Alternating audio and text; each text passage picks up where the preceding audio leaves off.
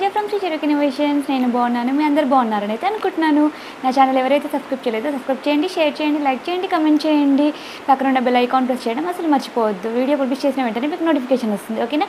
ఇవాళ టాపిక్ అయితే computer embroidery journey గురించి చెప్దాం అనుకుంటున్నానండి. అసలు ఎందుకు వచ్చింది ఈ ఐడియా, నాకు ఎంబ్రాయిడరీ చేయాలన్న ఐడియా ఎందుకు వచ్చింది, నేను ఈ ఫీల్డ్కి ఎలా వచ్చాను అదైతే మీకు షేర్ చేసుకుందాం అనుకుంటున్నాను. అండ్ మీకు మిషన్ గురించి వివరాలు కూడా చెప్దాం అనుకుంటున్నాను. నా బ్యాక్గ్రౌండ్ వర్క్ నేను ఏమైతే చేశానో, నా అనాలిసిస్ ప్రకారము నేను ఈ మిషన్ ఎందుకు తీసుకోవాల్సి వచ్చిందో ఇవన్నీ నేను చెప్తాను. ఇప్పుడు కొత్తగా ఎవరైతే తీసుకుందాం అనుకుంటున్నారో వాళ్ళకి కూడా యూజ్ అవుతుందని అయితే అనుకుంటున్నానండి.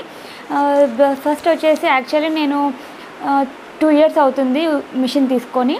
అంతకంటే ముందు ఇంట్రెస్ట్ ఉండింది, తెలిసిన వాళ్ళు ఎవరో తీసుకున్నారు అని విన్నాను, కానీ పెద్దగా పట్టించుకోలేదు.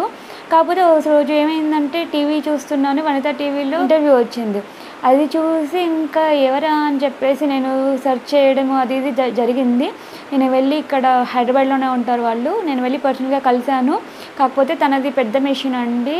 చిన్న మిషన్ గురించి అయితే తను ఫ్రాంక్లీ స్పీకింగ్ నాకైతే పెద్దగా విషయాలు అయితే ఏం చెప్పలేదు. సరే ఇంకా ఎలాగూ పెడదాం అనుకున్నాను కదా, ఐడియా అయితే వచ్చింది కదా అని నేను మా హస్బెండ్తో షేర్ చేసుకున్నాను.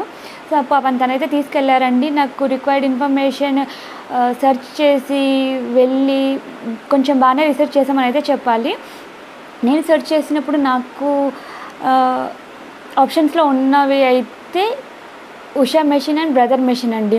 నేను ఫస్ట్ వెళ్ళిన డీలర్ దగ్గర అయితే బ్రదర్, బెర్నీనా అలాంటి మిషన్స్ అయితే ఉన్నాయి, ఉషా మిషన్ అయితే లేదు. అప్పుడులో బ్రదర్ మిషన్ వచ్చేసి 2,20,000 చెప్పారు, బెర్నీనా అయితే 2,70,000 చేంజ్ సంథింగ్ ఏదో చెప్పారండి. అప్పుడు నాకు అవి రెండు హై బడ్జెట్, నాకు దాని గురించి అసలు ఏమీ తెలీదు, టైలరింగ్ వచ్చు అంతే. లిటరల్ స్పీకింగ్ టైలరింగ్ నాలెడ్జ్ ఉంటే బెటర్, దానికి దీనికి సంబంధం అయితే లేదు యాక్చువల్లీ. అవి కూడా ఆప్షన్లో పెట్టేసి నేను ఇంకా సెర్చ్ చేయడం మొదలుపెట్టాను.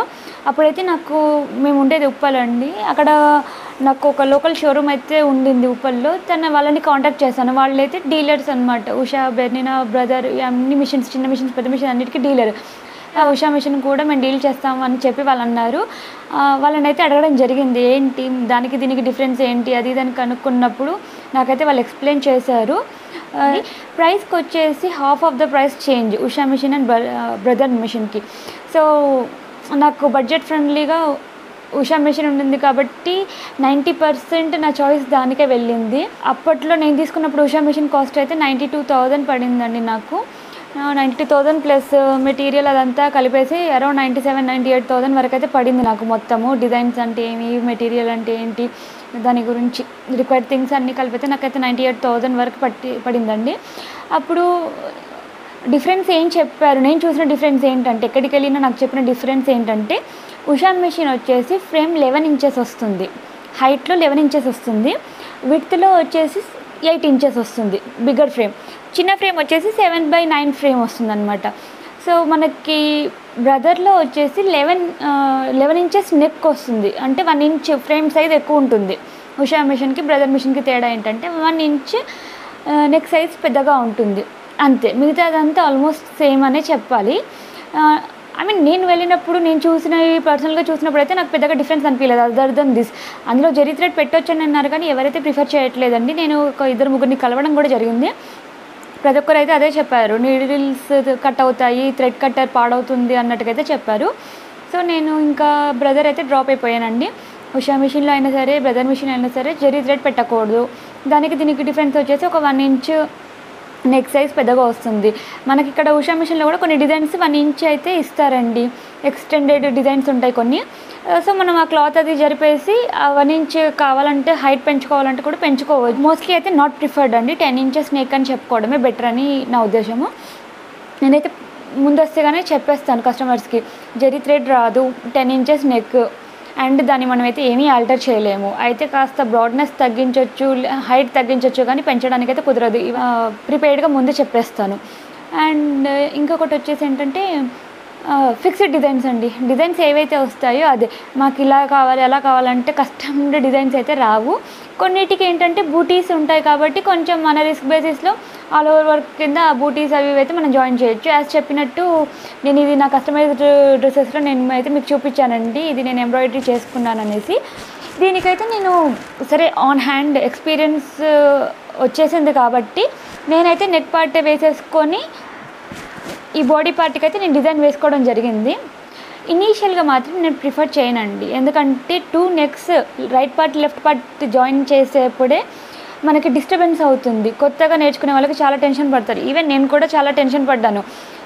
ఇనీషియల్గా అయితే నేను నెక్ జాయింట్ దగ్గర లిటరల్గా చెప్పాలంటే చాలా చాలా కంగారు ఉండేది, అది మిస్ అవుతే ఎలా అనేసి. నేనైతే నావి, మా మదర్వి, మా సిస్టర్కి అలా ట్రయల్ బ్లౌజెసే ఎక్కువ వేశాను ముందు. వన్స్ నాకు పర్ఫెక్షన్ వచ్చింది అన్నాకనే కస్టమర్ బ్లౌజెస్ అయితే తీసుకోవడం జరిగింది. ఆల్ ఓవర్ వర్క్ కూడా నేను లిటరల్గా చెప్పాలంటే చాలా భయపడ్డాను. ఒక 3-4 టైమ్స్ నేను ఒక క్లాత్ పైన వేసి తర్వాత నేను ఆల్ ఓవర్ వర్క్స్ వేయడం మొదలుపెట్టాను. బాగా ఎక్స్పీరియన్స్ వచ్చాకనే ట్రై చేయండి. అండ్ డిస్కరేజ్ కోసం కాదు, నేను చాలా అలాగా ఫేస్ అయ్యాను కాబట్టి చెప్తున్నాను. చాలా టెన్షన్ అయితే ఉంటుందండి, ఎందుకంటే కస్టమర్స్ ఒప్పుకోరు. ఈవెన్ మనమే కస్టమర్ ప్లేస్లో ఉండి ఆలోచిస్తే మనకు తెలుస్తుంది. ఇప్పుడు నేనే ఉన్నానండి, వేరే ఎవరైనా టైలర్కి ఇచ్చినప్పుడు పాటు చేసి అలా ఎందుకు పెట్టారు, ఇలా పెట్టొచ్చు కదా అని మనమే చెప్పేస్తాము.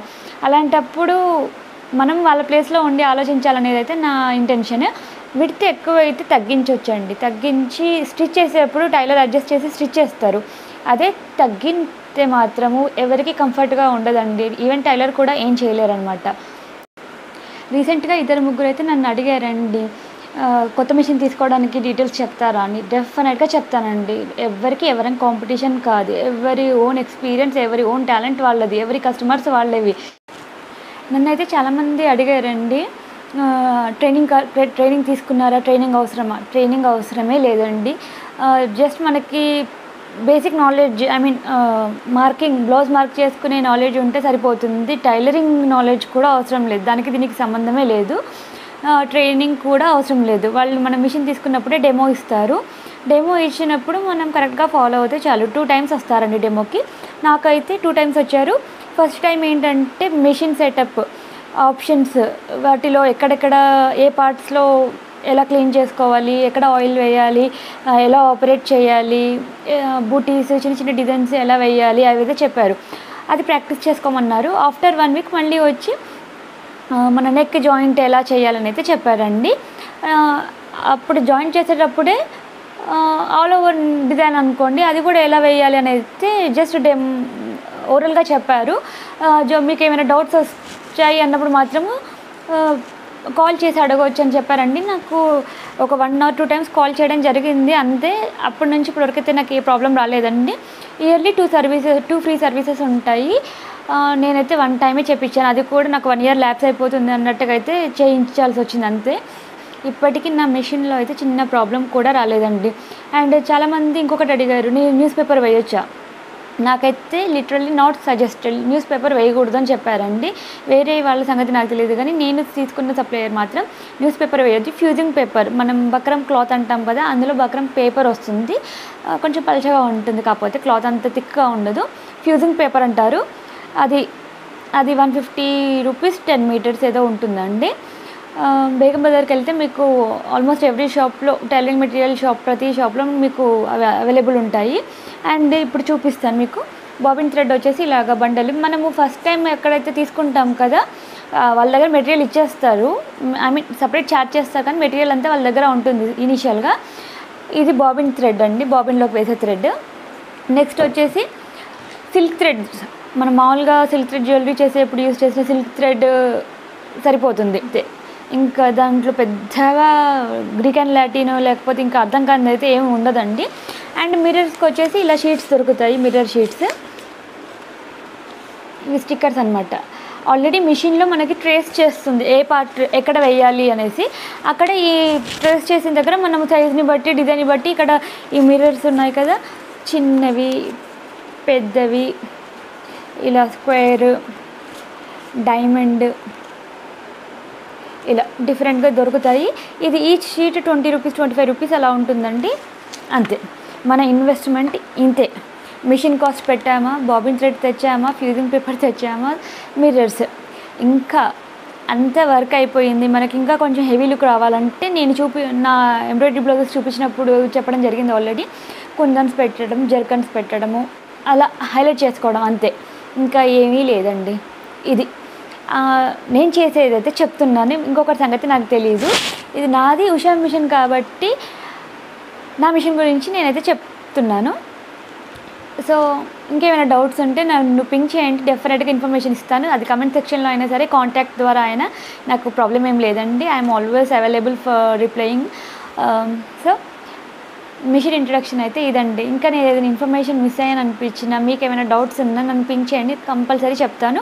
నేను ఇంకొక పార్ట్లో నెక్స్ట్ వీడియో వచ్చేసి నేను మిషన్ ఆపరేట్ చేయడం అదైతే చూపిస్తానండి.